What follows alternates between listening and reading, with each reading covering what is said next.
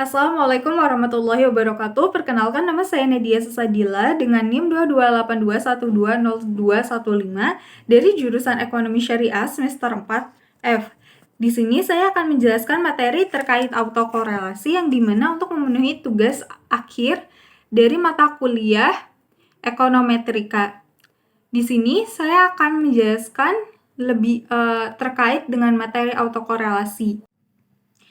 Pengertian dari autokorelasi yang sering dikenal sebagai korelasi serial yang dimaksud adalah korelasi antara serial data atau antara data sebelumnya dengan data sesudahnya dalam data yang disusun berdasarkan time series atau urutan waktu.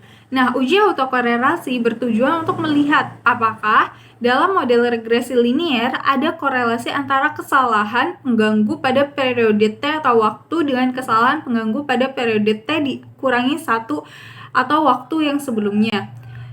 Selain itu juga ada penyebab autokorelasi. Penyebab autokorelasi diantaranya adanya kesalahan dalam pembentukan model linier maupun non-linier, penggunaan log data observasi pada periode sebelumnya dan periode sekarang, yang kemungkinan besar akan saling bergantungan.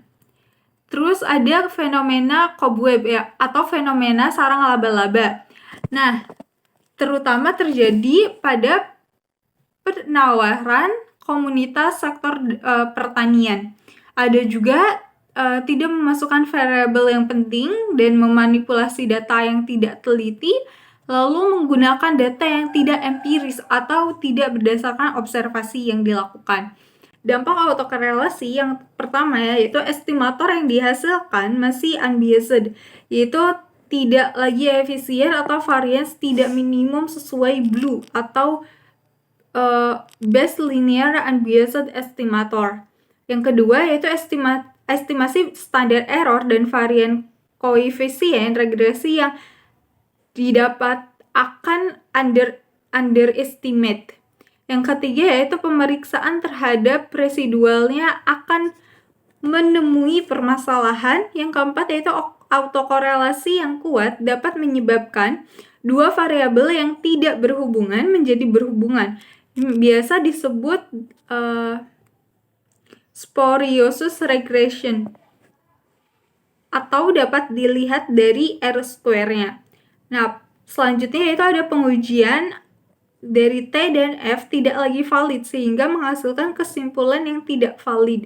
Yang terakhir yaitu memberikan gambaran yang menyimpang dari nilai populasi yang sebenarnya. Nah, cara untuk mendeteksi autokorelasi ada beberapa cara, di antaranya ada uji Durbin-Watson, ada uji Langmuir multiplier atau LM test, ada juga uji statistik Q atau box Burns and Linjung box, dan ada juga run test. Nah, selain itu cara mengatasi autokorelasi yaitu salah satu caranya adalah dengan membuat model GLS atau Generalized Linear Square. Prinsip dari model GLS adalah menghilangkan efek korelasi time series dengan cara mentransformasi model menjadi model GLS. Selanjutnya yaitu ada contoh dari kasus uji autokorelasi. Nah, contoh kasus uji korelasi pada data ekonomi dapat dilihat pada salah satu penelitian yang berjudul pengaruh suku bunga deposito, kurs, dan dividen terhadap harga saham PT BNI yang dilakukan oleh Wilda Kusuma, Fajar Sumantri, dan Siva Aulia Zahra pada tahun 2022. Nah, dari penjelasan dan perhitungan uji autokorelasi didapat bahwa metode uji autokorelasi itu menggunakan uji Durbin-Watson atau DeWitt test. Nah, pada penilaiannya itu nilai probabilitas digunakan untuk menentukan apakah terdapat masalah autokorelasi atau tidak, dan jika nilai probabilitas lebih kecil dari 0,05 maka dapat disimpulkan bahwa terdapat masalah autokorelitas.